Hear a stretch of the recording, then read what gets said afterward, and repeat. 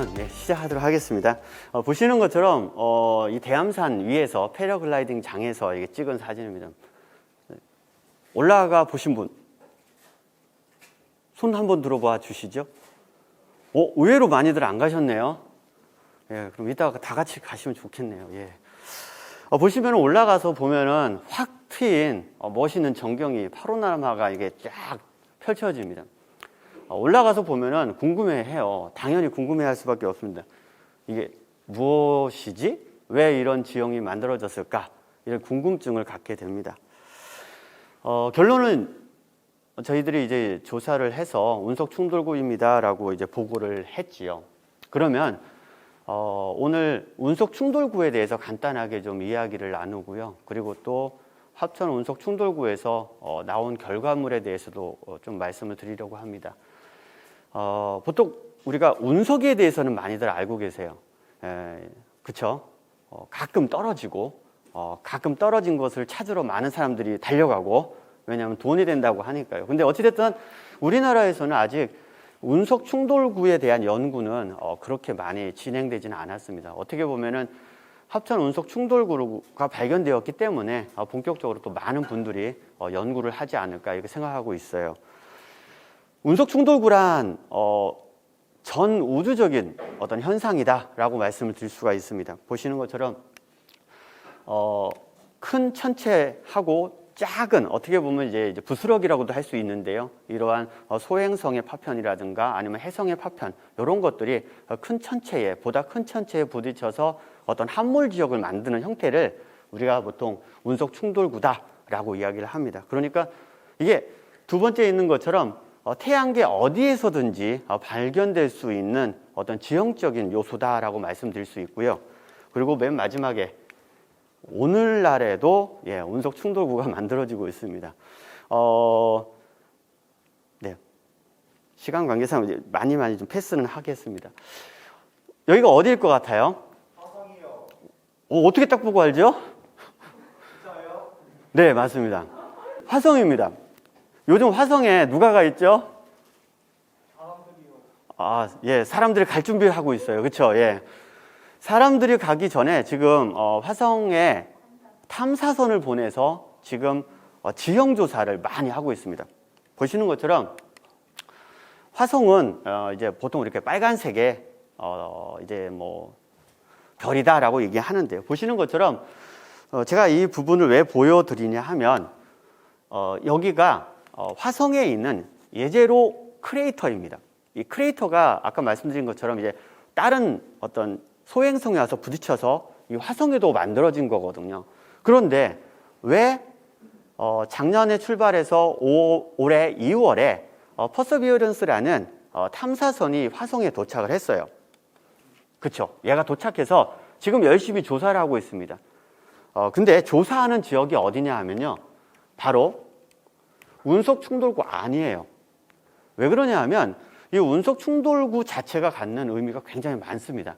그냥 하나의 천체가 와서 부딪혀서 아니면 작은 소행성이 와서 부딪혀서 만들어냈다라는 그런 단편적인 사실이 아니고 전 우주적인 어떤 시각에서 바라보면은 생명의 진화의 시작점일 수도 있다라는 그 부분은 제가 더 말씀드리겠지만 그런 관점에서 보면은 우리가 지금 이렇게 초계면에 적중면에 운석 충돌구 하나를 가지고 있다는 거는 굉장히 좀 많은 의미가 있습니다.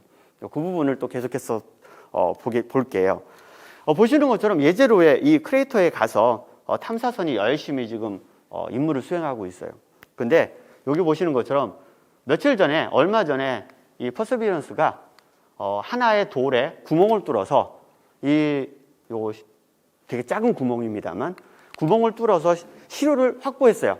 그리고 나중에 다시 이 퍼서비어런스가 이 떠놓은 시료를 다른 비행선이 가서 가지고 올 겁니다. 지구로.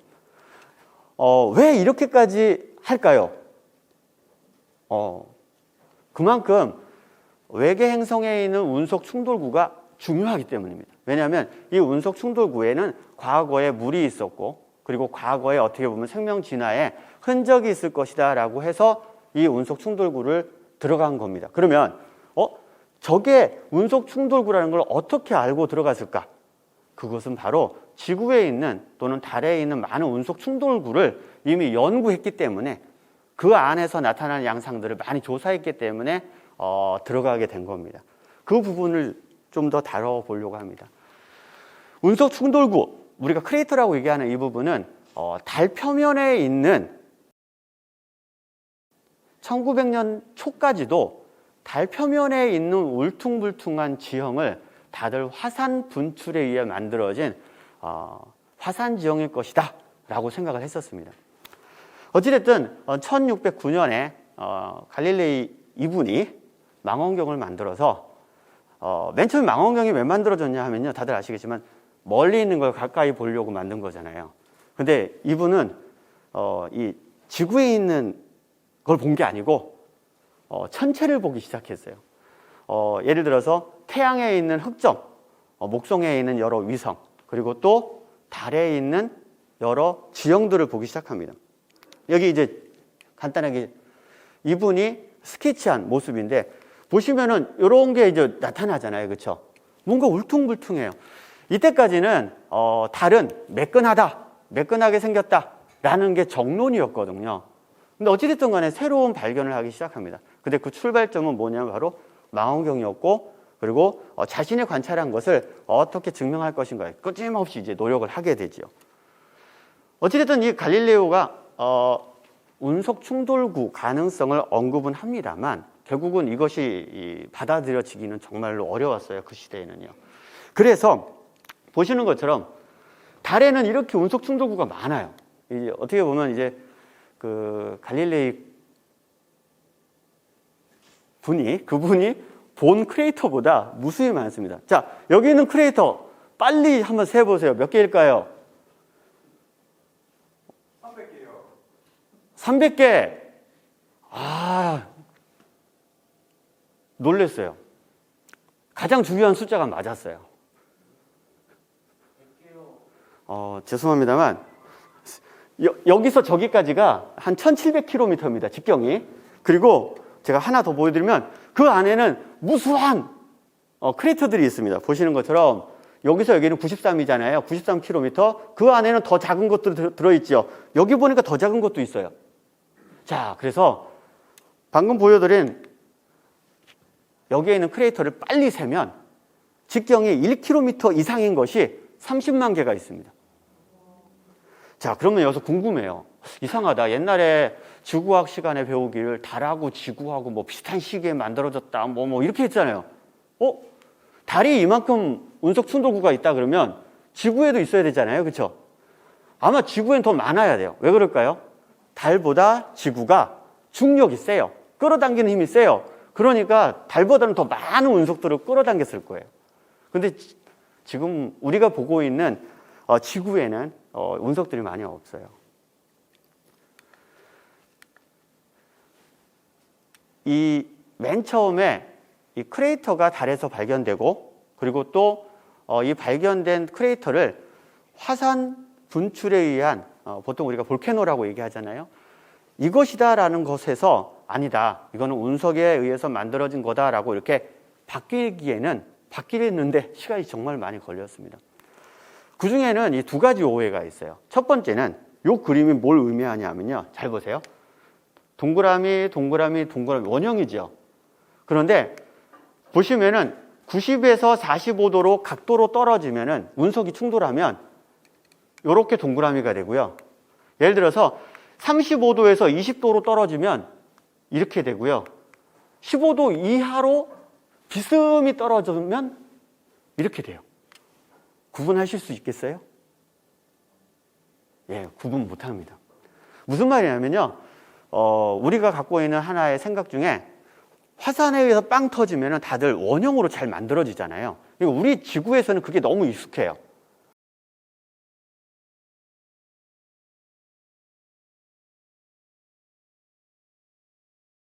예를 들어서 우리가 모래사장에 내가 돌을 던지든 야구공을 던지면은 실은 모래사장 같은 경우는요, 던지는 각도에 따라서 이 모양이 바뀌어요.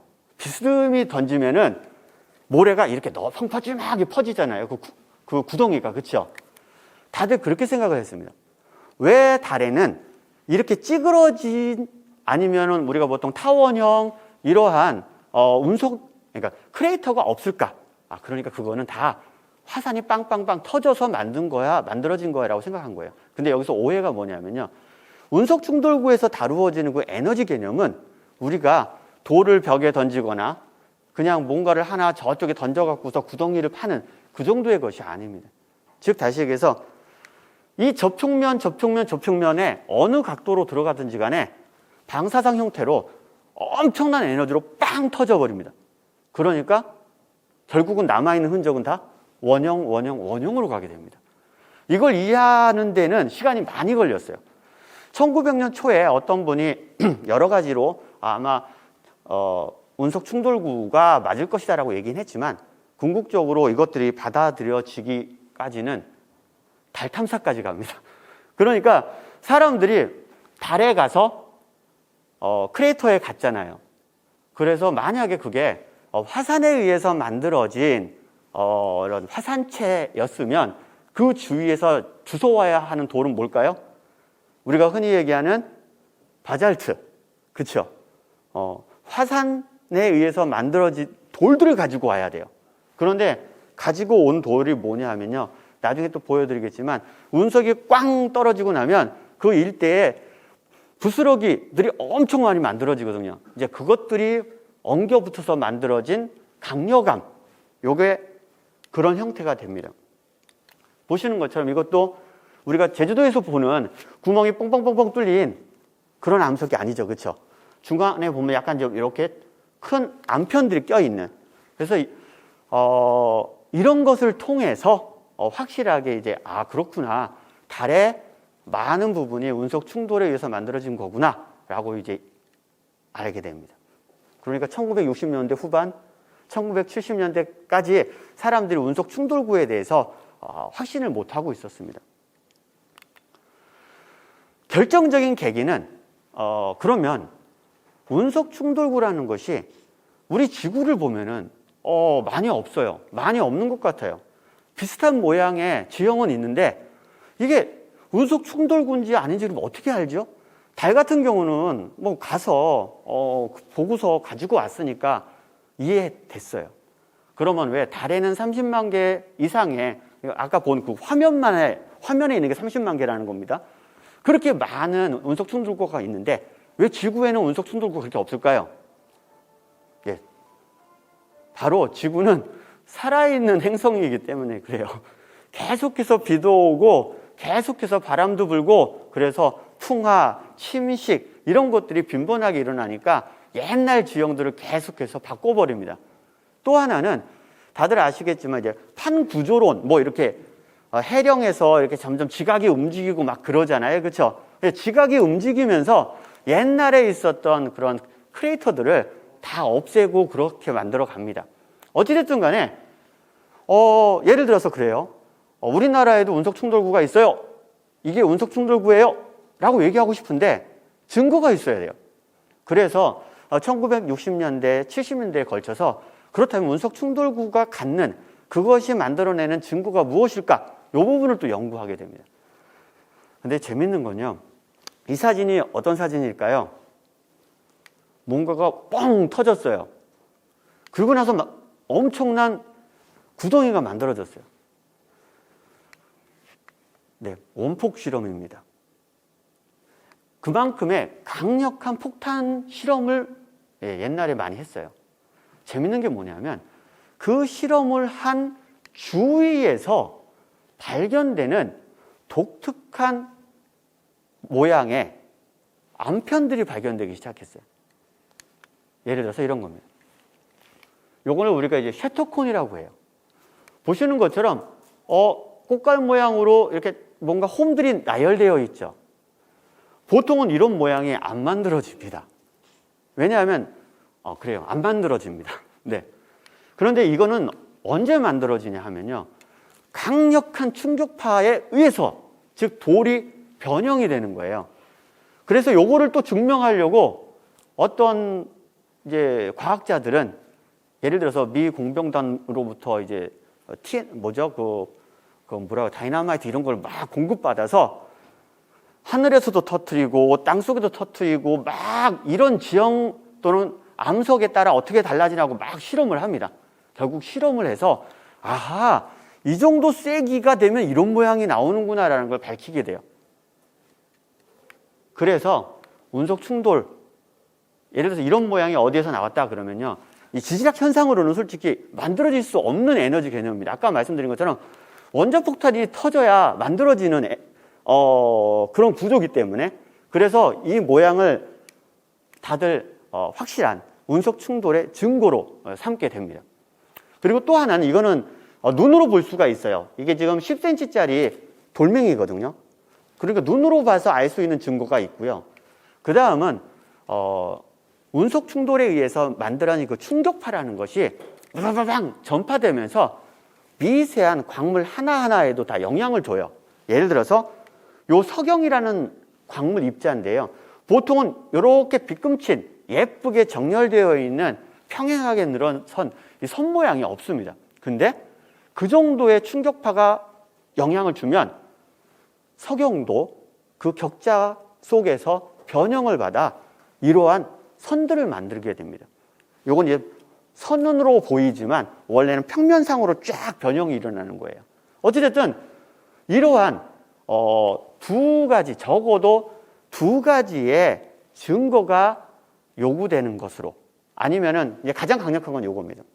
어찌됐든 요것이 됐든 운석 충돌의 증거라고 할 수 있는 것이 발견이 돼야 그것을 운석 충돌구다라고 이제 인정을 하게 됩니다. 그래서 요걸 하나의 이제 카테고리라고 부르는데요. 이러한 운석 충돌구를 규명할 수 있는 카테고리가 만들어지고 난 다음에 이곳 저곳에서 이제 조사를 해서 이러한 증거들을 수집해서 여러 곳에서 운석 충돌구다라는 걸 이제 확정하게 됩니다.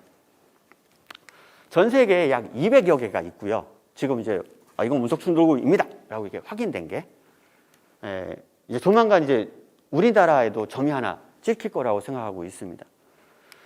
근데 이제 운석 충돌구를 얘기할 때 그럼 운석 충돌구는 언제부터 만들어졌을까? 이거는 이제 원시 지구 때부터 만들어졌고요. 그리고 그 빈도수는 점점 줄어들고 있습니다. 우리가 가장 유명한 운석 충돌구 했을 때 약 6,500만 년 전에 있었던, 그래서 그 당시에 공룡이 살던 시대였는데 공룡이 대멸절하고 포유류의 전성시대가 들어오게끔 만들었던 그 유명한 운석 충돌구가 그 멕시코의 유타칸 반도에 있다고 얘기를 합니다. 요 엄청 큽니다. 직경이 150km가 되고요. 그리고 또 그 당시에 떨어진 이제 운석 크기도 어마무시해서 약 그러니까 요게 보시는 것처럼 여기 20km가 되는데 깊이가 20km까지 영향을 줄 만큼의 큰 운석이 떨어졌습니다. 요 발견도 굉장히 재미있는 스토리가 많이 있는데 나중에 시간이 되면 더 말씀드리겠습니다.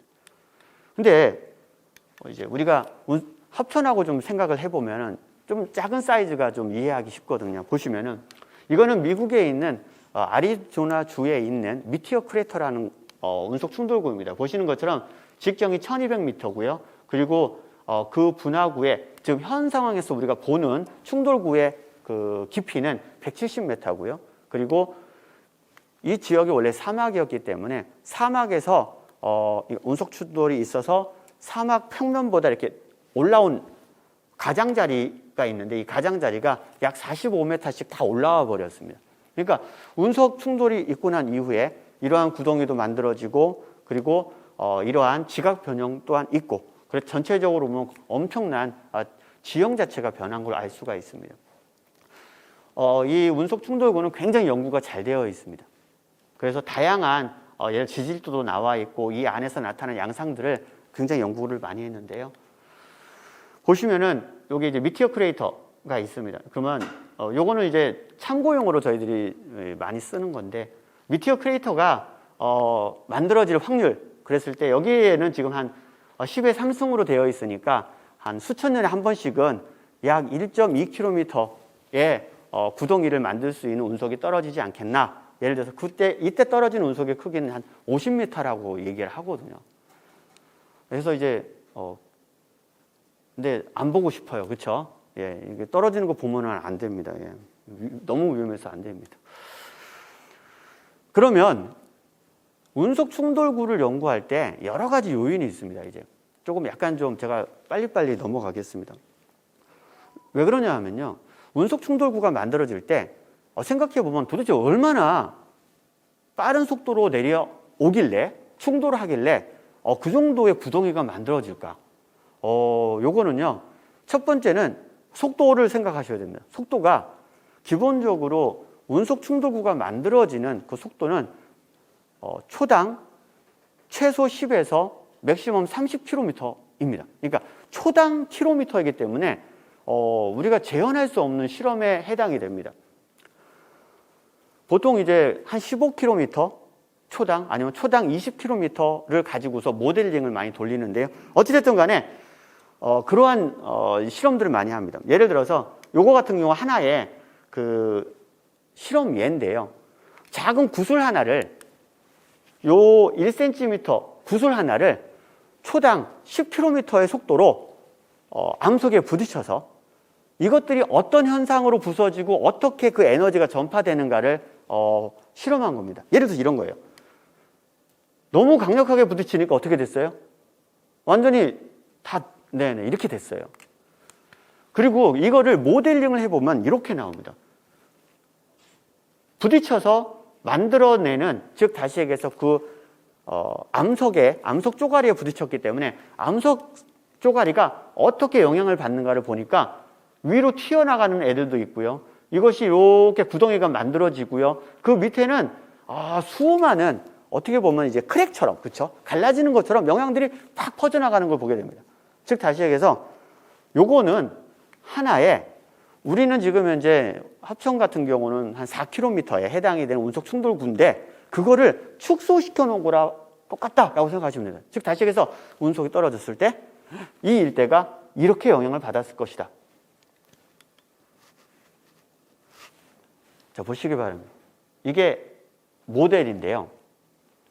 보시면은 여기가 마이너스 1, 0, 1은 킬로미터입니다. 그리고 얘는 약 100에서 200m 크기의 운석이 떨어졌을 것을 가정해서 만든 시뮬레이션입니다.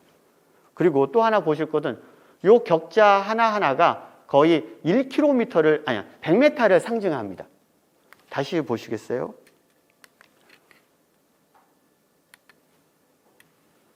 지금 보시는 것처럼 얘가 어디까지 내려가냐 하면요, 거의 900m까지 내려가죠. 그렇죠? 그리고 다시 위로 올라오죠. 이게 리바운드 된다고 하거든요. 그 다음에 또 보면 이 주위를 보면 어떻죠? 막 또 흘러내려요. 그렇죠? 그리고 또 이 끝자락을 보면은 원래 있던 요거 이제 어떻게 보면 퇴적암의 층서라고 볼 수 있는데 이 층서들이 다 망가지죠. 그렇죠? 어떤 거는 원래 이렇게 일자로 되어 있던 것들이 막 사선으로 누워버리고 이런 형태로 만들어집니다. 이걸 왜 보여드리냐면요, 이러한 지형이 합천의 운석 충돌구에 있어요. 우리가 죄송합니다. 요 한가운데는 볼 수 없지만 현장에 가면 요 가장자리에서 운석이 떨어졌을 때 어떻게 지형이 변화가 되었는가를 알 수가 있어요. 굉장히 좋은 사이트가 지금 현재 운석 충돌구 안에 있는 거예요. 이거 굉장히 운이 좋은 겁니다. 이거는 스킵하겠습니다. 마찬가지로 가장자리에서 나타나는 그런 암석들의 이동입니다. 이게 굉장히 강력한 에너지이기 때문에, 강력하게 밀어주기 때문에 돌들이 물처럼 흘러다니는 거예요. 너무 에너지가 세기 때문에. 자, 그런 지형에서 만들어지는 것들이 보시는 것처럼 눌러 앉거나, 이거 같은 경우는 어때요? 요 블럭, 요 블럭, 요 블럭이 원래는 이렇게 딱 평행하게 있었는데 너무 강력하게 빵 때려서 주위로 밀쳐내니까 요 가운데가 위로 쏙 올라가 버렸어요. 그러니까 나중에 이런 지형도 볼 수가 있습니다. 마찬가지로 보시면은 요거는 이제 가장자리 끝자락에 있는 건데 보시면은 원래 지형은 이렇게 있었는데 이 지형이 이렇게 말아 올라가 버렸어요. 그러니까 에너지가 너무 세기 때문에, 충격파가 너무 세기 때문에 우리가 보통 상상할 수 없는 자연계에서 순차적으로 쌓이는 그런 지형이 아닌 변형된 지형을 많이 보이게 됩니다. 요거는 이제 운석 충돌구의 진화에 관한 얘기인데요. 보시면은 운석이 떨어지고 난 다음에 어떻게 되냐면 그 일대가 불바다가 됩니다. 꼭 화산이 터진 것 같죠, 그렇죠? 그리고 나서 호수가 된 것 같은데 옆에 보니까 김이 모락모락 나네요. 왜 그러냐 하면요, 열수작용이 계속해서 일어나게 됩니다. 이 호수에는. 그리고 맨 마지막에는 이 열수작용이 끝나면서 우리가 흔히 얘기하는 일반적인 자연 호수로 돌아가게 됩니다. 자, 그러면 합천 운석 충돌구는 어땠을까요? 맨 처음에 이렇게 됐겠죠? 그 다음은 어떻게 됐을까요? 이 과정도 거쳐야죠, 그렇죠? 그리고 맨 마지막에는 이렇게 돼서 호수 상태에서 끝났겠죠. 그리고 아마 그렇습니다. 그 부분을 또 이따 보여드리겠습니다. 이 부분은 되게 중요한데요. 왜 이 과정이 중요하냐면, 아까 맨 처음에 보여드린 왜 퍼서비어런스가 그 화성에 가서 열심히 찾고 있는가? 그것은 바로 요 열수작용 흔적을 찾으려고 하는 겁니다. 우리가 보통 이제 생명의 기원을 얘기할 때 그 열수작용이 있었던 곳에서, 극한 상황에서 아마 생명들이 시작하지 않았을까, 그렇게 연구들도 하고 계십니다. 예. 그래서 이제 그러한 어떤 이제 주위에서 나타나는 흔적들이 여러 가지가 나타나는데, 이렇게 이제 굽어지는 지형도 만들어지고, 그 다음에 이렇게 보면 요건 이제 암편들이 녹았다가 다시 굳은 거거든요. 그러니까 멜팅, 용융된 암편들도 만들어지고요. 다양한 이런 어떤 특별한, 즉 운석 충돌구만이 갖고 있는 지형들이 만들어지게 됩니다. 보시는 것처럼요. 자, 그러면 합천으로 빨리 왔습니다. 네, 보시면은 이게 1750년 옛 지도인데, 보시면은 여기 합천, 그러니까 운석 충돌구죠. 그러니까 초계분지 이제 해당이 되는, 굉장히 어떻게 이렇게 잘 그렸는지 모르겠어요. 동그랗게 잘 그렸습니다. 그때도 이제 좀 특이하다라고 생각하셨겠죠, 그리셨던 분은. 마찬가지로 50년대, 60년대 위성 사진을 봐도 굉장히 예쁘게 이렇게 크레이터 모양을 갖고 있습니다. 그래서 다들 아시겠지만 그 임판규 선생님을 비롯한 또 부산대학교의 이상원 교수님하고 부산대학교 최광석 교수님 팀이 같이 지질조사를 해서 여러 가지로 아마 운석 충돌의 가능성은 있을 것이다 라고 거기까지 일단은 연구들을 하셨습니다. 근데 제가 아까 말씀드린 것처럼 결정적인 증거가 없었어요.